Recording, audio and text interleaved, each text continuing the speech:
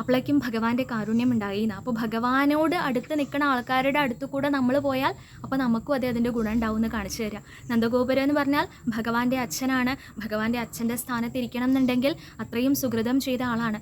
അപ്പോൾ ഭഗവാനോട് അടുത്ത് നിൽക്കുന്ന ഒരാളോട് ഒരു സംഗമം വന്നപ്പോൾ, ഒരു അടുപ്പം വന്നപ്പോഴേക്കും ഭക്തി ഇല്ലാത്തവനാണെന്നുണ്ടെങ്കിലും ഈ വിദ്യാധരനായാലും ഭഗവാന്റെ പ്രസാദം കിട്ടിയെന്നർത്ഥം. അപ്പോൾ നമ്മൾ ഓരോരുത്തരും നമ്മൾക്ക് അഹന്തകളും മറ്റുള്ള ദുശ്ചിന്തകളും ഒക്കെ വരുന്ന സമയത്ത് നമ്മൾ ഭഗവാനിൽ നിന്ന് ദൂരെ പോവുകയാണ്. നമുക്ക് സാധിക്കണില്ല എന്നുണ്ടെങ്കിൽ ഭക്തന്മാരുടെ അടുത്തേക്ക് ചെന്നാൽ മതി എന്നാ. ഭക്തന്മാരുടെ അടുത്തേക്ക് ചെല്ലുമ്പോൾ എന്താ ഉണ്ടാവുക? സജ്ജന സംസർഗം ഉണ്ടാവുമ്പോൾ എന്താ ഉണ്ടാവുക? അപ്പോൾ സ്വാഭാവികമായിട്ടും നമ്മുടെ ഹൃദയത്തിൽ ആ ഭഗവാന്റെ പ്രസാദം ഉണ്ടാവുന്നതും കൂടി കാണിച്ചു തരിക.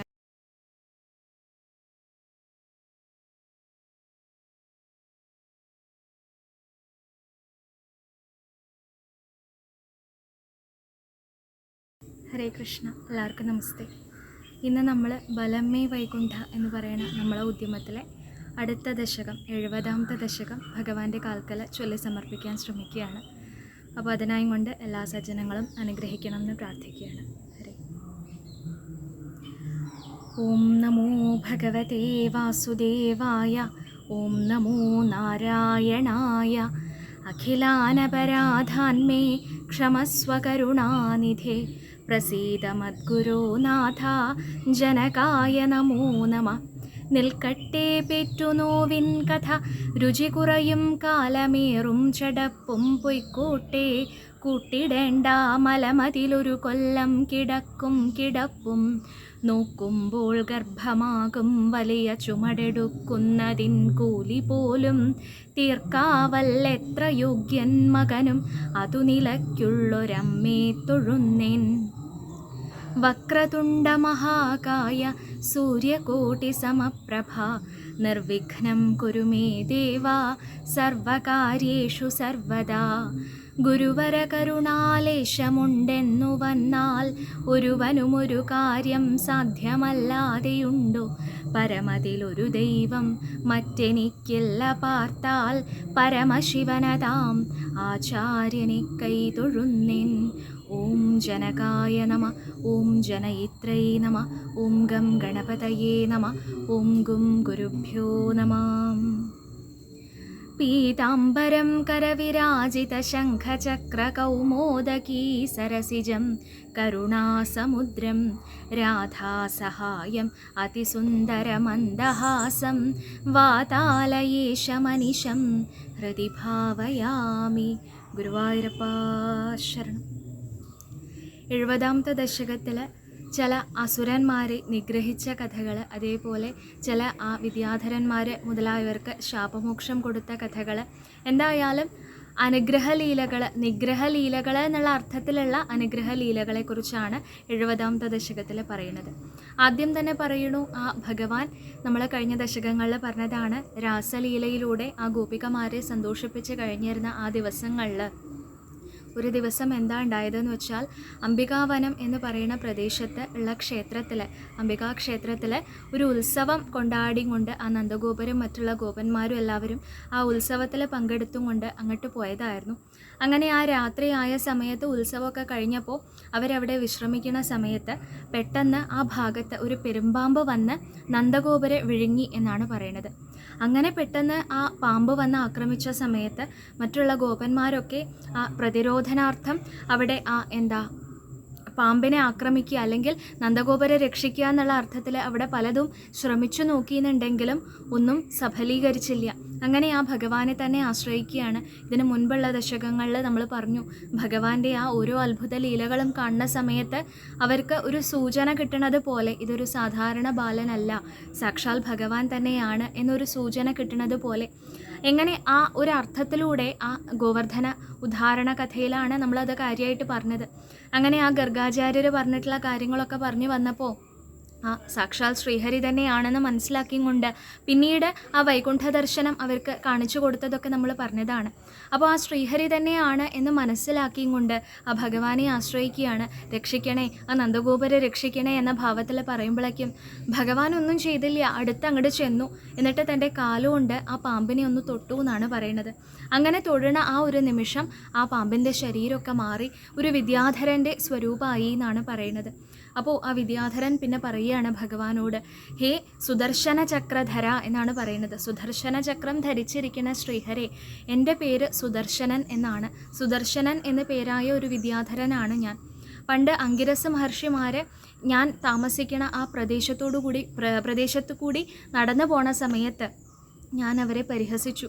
ആ പരിഹസിച്ചതിൻ്റെ ആ ഫലമായിട്ട് അവരെന്നെ ശപിച്ച് ഞാൻ ഈ പെരുമ്പാമ്പായി ഇവിടെ വർത്തിക്കുകയാണ്. അങ്ങനെ ആ ഭഗവാന്റെ പാദസ്പർശം പക്ഷെ ഉണ്ടായ ആയപ്പോഴേക്കും ഭഗവാന്റെ ആ കാരുണ്യം കൊണ്ട് എനിക്ക് ആ ഭഗവാനെ ഒന്ന് തൊടേണ്ട നിമിഷം, അല്ലേ, ഭഗവാൻ ഒന്ന് തൻ്റെ കാലുകൊണ്ടൊന്ന് തൊടണ നിമിഷം, അപ്പോഴേക്കും എനിക്ക് ആ മോക്ഷം അവിടെ ഉറപ്പായിരിക്കുന്നു. ഇപ്പം എനിക്കത് ആ ശാപമോക്ഷം കിട്ടി. എന്നിട്ട് ആ ഭഗവാനെ ഗംഭീരമായിട്ട് സ്തുതിച്ചിട്ട് ഭഗവാന്റെ അനുഗ്രഹവും മേടിച്ചും കൊണ്ട് അവിടുന്ന് മറയുകയാണ് ആ വിദ്യാധരൻ. ഇവിടെ സൂചിപ്പിക്കുന്നു, ആ നന്ദഗോപരെ ആക്രമിക്കുകയാണ് ചെയ്തത്, അല്ലേ. നന്ദഗോപരോടാണ് സംഗമം വന്നത് ആ ദുഷ്ടനെന്നുണ്ടെങ്കിലും, അല്ലെങ്കിൽ ആ ശാപമോക്ഷം വന്ന വിദ്യാധരനെന്നുണ്ടെങ്കിലും, അപ്പോഴേക്കും ഭഗവാന്റെ കാരുണ്യം ഉണ്ടായിന്ന്. അപ്പോൾ ഭഗവാനോട് അടുത്ത് നിൽക്കുന്ന ആൾക്കാരുടെ അടുത്ത് കൂടെ നമ്മൾ പോയാൽ അപ്പോൾ നമുക്കും അതിൻ്റെ ഗുണം ഉണ്ടാവും എന്ന് കാണിച്ചു തരിക. നന്ദഗോപുരം എന്ന് പറഞ്ഞാൽ ഭഗവാന്റെ അച്ഛനാണ്. ഭഗവാന്റെ അച്ഛൻ്റെ സ്ഥാനത്തിരിക്കണം എന്നുണ്ടെങ്കിൽ അത്രയും സുകൃതം ചെയ്ത ആളാണ്.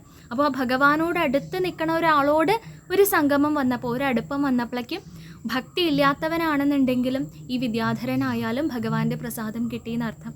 അപ്പോൾ നമ്മൾ ഓരോരുത്തരും നമ്മൾക്ക് അഹന്തകളും മറ്റുള്ള ദുശ്ചിന്തകളും ഒക്കെ വരുന്ന സമയത്ത് നമ്മൾ ഭഗവാനിൽ നിന്ന് ദൂരെ പോവുകയാണ്. നമുക്ക് സാധിക്കണില്ല എന്നുണ്ടെങ്കിൽ ഭക്തന്മാരുടെ അടുത്തേക്ക് ചെന്നാൽ മതി എന്നാ. ഭക്തന്മാരുടെ അടുത്തേക്ക് ചെല്ലുമ്പോൾ എന്താ ഉണ്ടാവുക? സജ്ജന സംസർഗം ഉണ്ടാവുമ്പോൾ എന്താ ഉണ്ടാവുക? അപ്പോൾ സ്വാഭാവികമായിട്ടും നമ്മുടെ ഹൃദയത്തിൽ ആ ഭഗവാന്റെ പ്രസാദം ഉണ്ടാവുമെന്നും കൂടി കാണിച്ചു തരികയാണ്. എന്തായാലും ആ സുദർശനൻ എന്ന് പറയുന്ന വിദ്യാധരനെ അവിടെ അനുഗ്രഹിച്ചു. അതിനുശേഷം പറയണു ശംഖചൂടൻ്റെ കഥ. ഒരു ശ്ലോകത്തിൽ പറയുകയാണ്, ഭഗവാൻ ആ രാത്രികളിലെ ഗോപസുന്ദരിമാരെ എല്ലാവരെയും സന്തോഷിപ്പിച്ച് കഴിയണ ഒരു ദിവസം ആ ധനാധിപനായിട്ടുള്ള, അതായത് കുബേരൻ്റെ ഭൃത്യനായിട്ടുള്ള ശംഖചൂടൻ എന്ന് പറയുന്ന അദ്ദേഹം അവിടെ വന്നിട്ട് ദുഷ്ടഹൃദയത്തോടുകൂടി ആ ഗോപികമാരെ എല്ലാവരെയും അവിടുന്ന് കട്ടുകൊണ്ടുപോവുകയാണ് ചെയ്യണത് എന്നാണ് പറയണത്. അപ്പോൾ അവരൊന്ന് വിഷമിക്കുമ്പോഴേക്കും ഭഗവാൻ അറിയുന്നുണ്ട്. നമ്മൾ പറഞ്ഞതാണ്, ഗോപികമാരാണ് ഭഗവാന്റെ ഏറ്റവും പ്രിയപ്പെട്ട ഭക്തന്മാർ. അപ്പോൾ ഇങ്ങനെ ഒരു സംഭവം ഉണ്ടായി എന്നറിയാലും ഭഗവാൻ അതിദ്രുതം അവിടുന്ന് പെട്ടെന്ന് അങ്ങോട്ട് പോയിട്ട് ഭഗവാനെ അങ്ങോട്ട് കണ്ടപ്പോഴേക്കും പേടിച്ചിട്ട് ആ ഗോപസുന്ദരിമാരെ അവിടെ വിട്ടിട്ട് ശംഖചൂടൻ അവിടെ നിന്ന് ഓടിപ്പോവാൻ പുറപ്പെട്ടപ്പോൾ ആ ശംഖചൂടനെ നിഗ്രഹിച്ച് വീണ്ടും ആ ഗോപികമാരെ അനുഗ്രഹിച്ചു. അതേപോലെ ശംഖചൂടൻ്റെ കയ്യിലുണ്ടായിരുന്ന ആ ഒരു ശിരോമണിയായിട്ടുള്ള ഒരു രത്നം അത് തിരിച്ചു കൊണ്ടുവന്ന് തൻ്റെ ജ്യേഷ്ഠനായ ബലഭദ്രർക്ക് കൊടുക്കുകയും ചെയ്തു എന്നാണ് പറയുന്നത്. അങ്ങനെയാണ് ശംഖചൂഡ വധം ഇവിടെ വിസ്തരിക്കുന്നത്. അതിനുശേഷം പറയുന്ന കഥയാണ് അരിഷ്ടവധം. അതിനു മുൻപ് പറയുന്നുണ്ട്, ഭഗവാൻ ആ രാത്രികളിൽ ഗോപികമാരുടെ കൂടെയാണ് അനുഗ്രഹിച്ചിട്ടാണെന്നുണ്ടെങ്കിൽ ആ പകലുകളിലൊക്കെ ആ ഗോപന്മാർ സുഹൃത്തുക്കളുടെ കൂടെയാണ് ഭഗവാൻ വർത്തിക്കുന്നത്.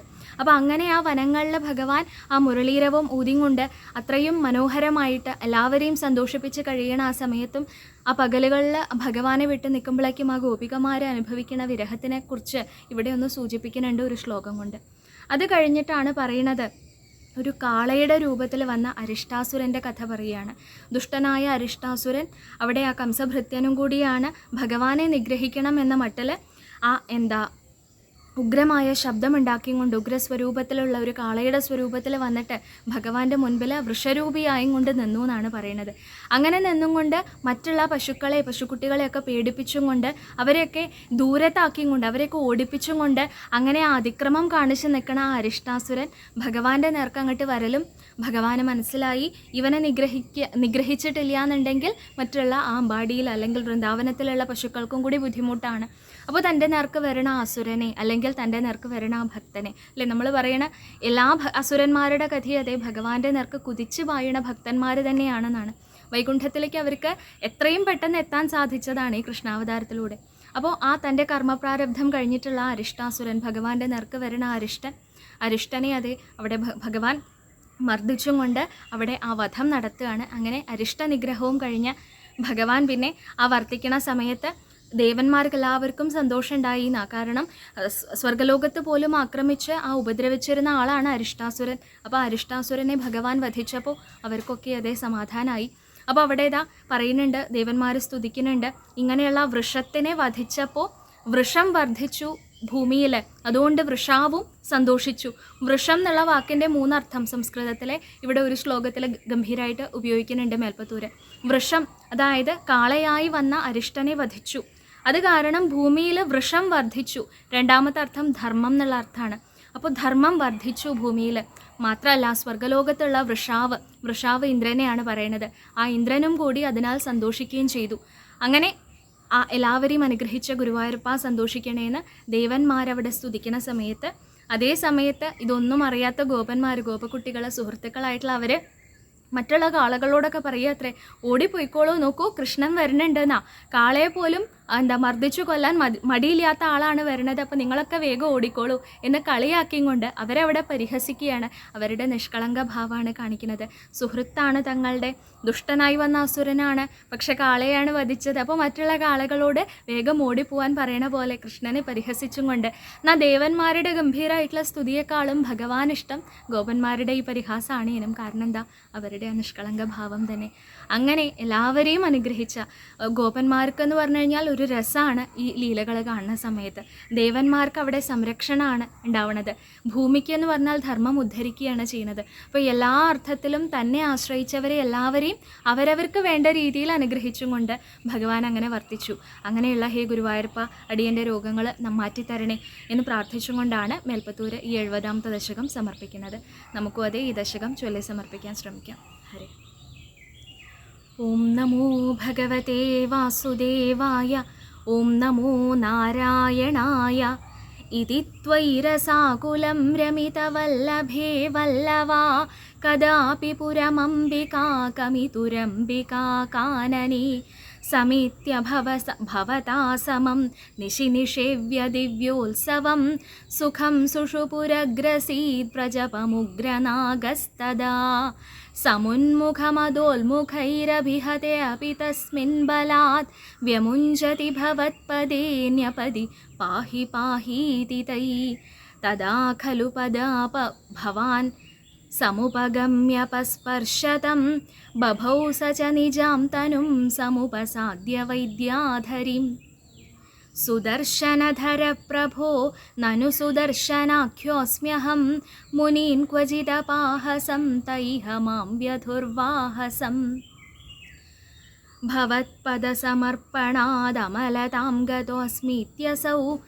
स्तुवन्निजपदं ययौ व्रजपदं च गोपामुदा कदापि खलु सीरिणा विहरति त्वयि स्त्रीजनै जहारधनदानुग सकिल शङ्खचूडोबला अतिद्रुतमनुद्रुतस्तमथ मुक्तनारीजनं रुरोजितशिरोमणिं हलभृते च तस्या ददौ दिनेषु च सुहृज्जनैः सह वनेषु लीलापरं मनोभवमनोहरं रसितवेणुनादामृतं